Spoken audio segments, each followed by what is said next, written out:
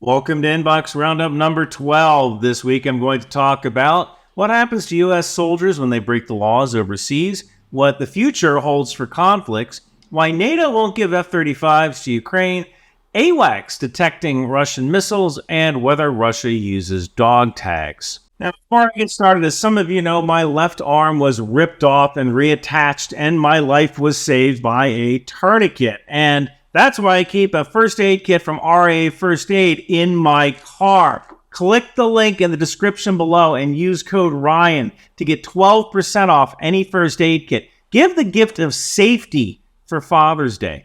RIA is a veteran-owned family business in northern Idaho. They make custom first aid kits and they teach trauma classes. Their head instructor is a retired Seattle firefighter and EMT who served as an Army Ranger and was wounded as a contractor in Iraq. Their custom quality first aid kits are built with trauma experience in mind. They know what they're doing. So click the link in the description below and use code Ryan to get a custom-made professional quality first aid kit that is perfect for Father's Day.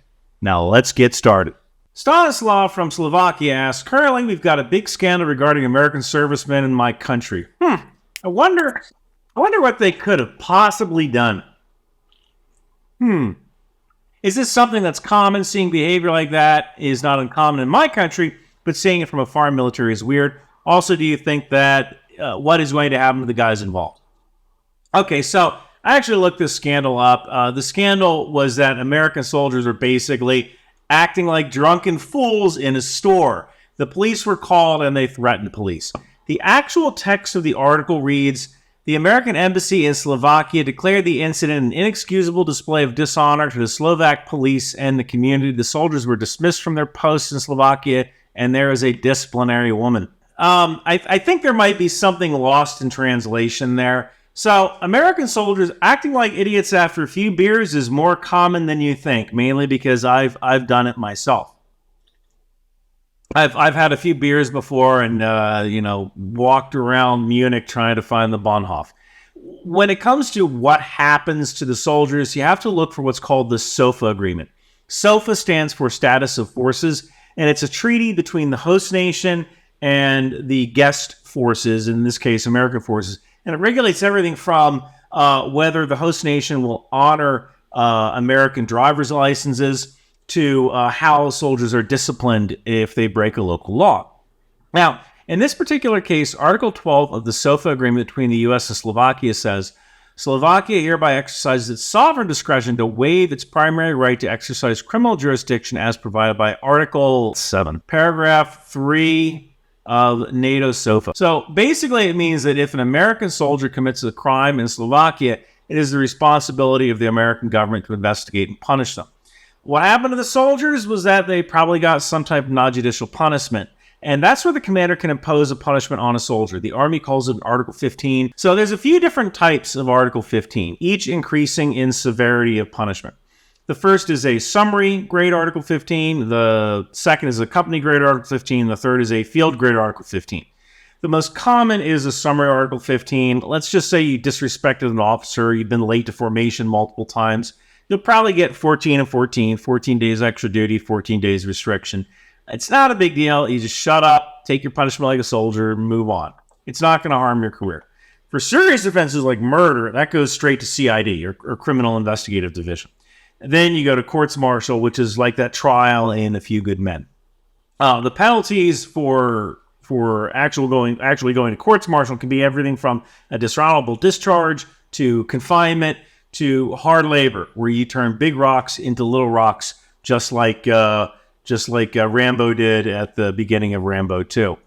In this case, since the actions offended the host country, the offending soldiers were probably given field grade Article 15s, reduced in rank, forfeited pay, and had to perform extra duty for a certain amount of time. It's likely that their careers aren't over, but they will be if they ever do anything like that again. And if those were privates, that's most likely the case. If that person is a sergeant, they're probably going to get busted down to private and a bar to re-enlistment, and you're done. Jim asks, as an ordinary citizen, I'd much rather be living in a world where coin is the focus of the U.S. military than one where it's concerned about Lisco. COI meaning counterinsurgency, and LISCO meaning large-scale combat operations. What do you think is coming? What do you imagine that NATO and the Pentagon anticipate for the next decades? This would appear to be a major change or aggression to Cold War alert levels. You know that the People's Republic of China is shaping up to be a major adversary. I think we are looking at a darker Europe with fewer rights in Russia. You also never know what conflict in Africa might require our attention.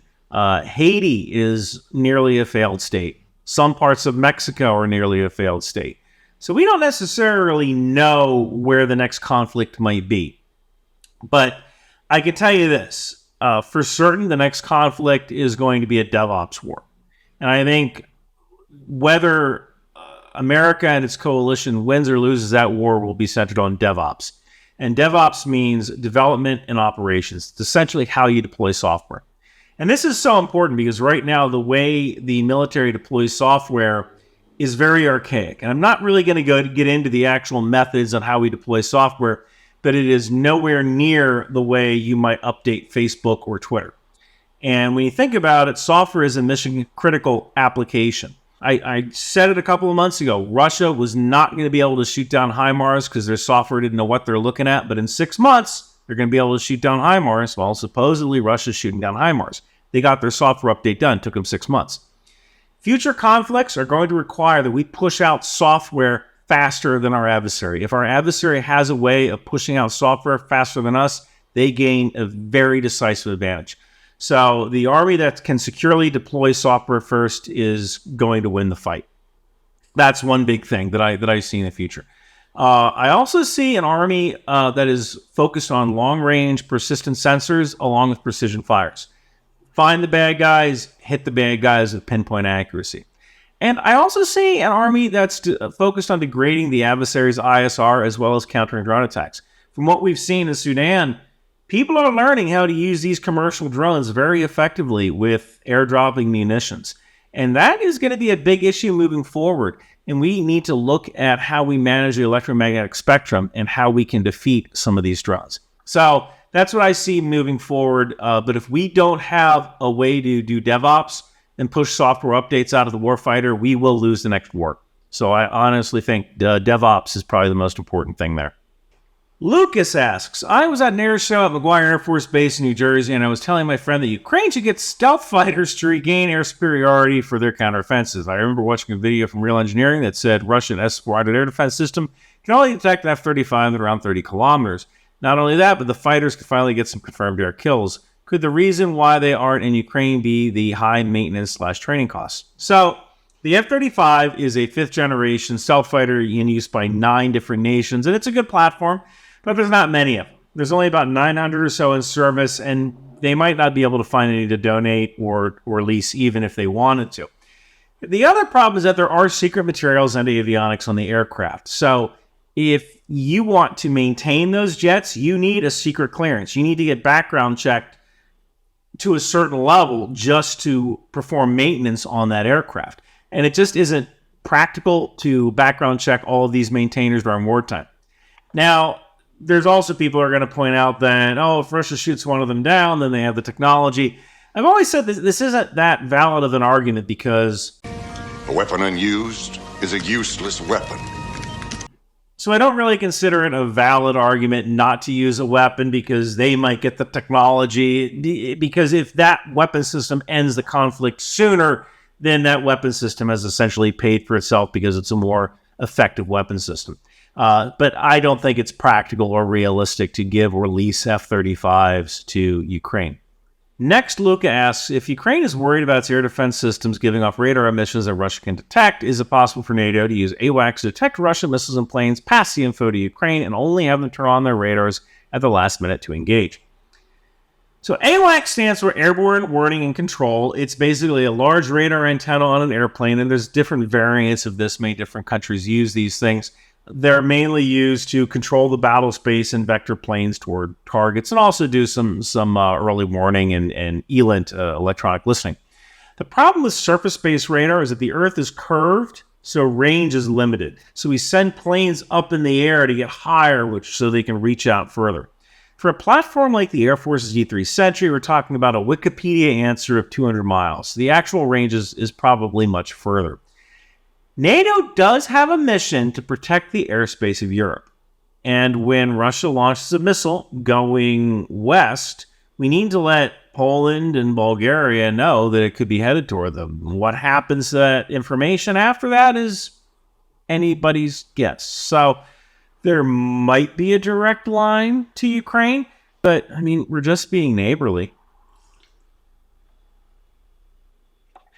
Finally, Steven asks, do Russian soldiers have the equivalent of dog tags? If not, to hide deaths or deny benefits seems like it is something that families give their guys to ID them. So dog tags are identification tags worn by soldiers. I actually tried to find my old dog tags. I have no idea where they are. But basically, these tags are used to identify your body if you're killed.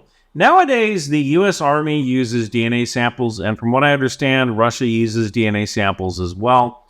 Russia does use dog tags. One interesting thing about it is that there is no religion on the form. And I guess that's what happens when your country is mostly Orthodox Christian with a smattering of Muslims. In the American Army, we have everything from Sikhs to Wicca. So our religion is actually printed on our dog tags in case we get killed. We can have whatever funeral rituals that religion allows for. And that's all I've got for this week. If you'd like to support the channel, get a cameo for Dad, buy a t-shirt from Bunker Branding, or just toss me $5 in my Substack to access intelligence I can't share on YouTube. And thank you so much for watching. Take us out, Elon. Oh, hi, America. It's me, Elon. If you want to be cool like me, go and get a Ryan McBeth t-shirt or hoodie from Bunker Branding.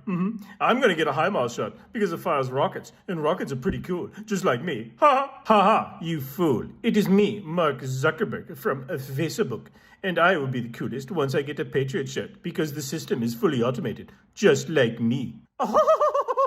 I'm going to get a U.S. Navy Department of the Boat People hoodie because I love their management style. Now, I will be cooler than any of you lads once I get my drone sweet drone shot. Yeah, I'm going to get a landmine marker shirt because they blow up just like Windows. Well, I'll tell you what I'm going to get. Oh, no, it is Steve Wozniak from Apple. That's right, you nerds. You think you're the coolest for wearing a shirt? Well, Ryan McBeth does all the work, yeah. So go buy a shirt from Bunker Branding to fund Ryan McBeth to increase your understanding. Oh, yeah!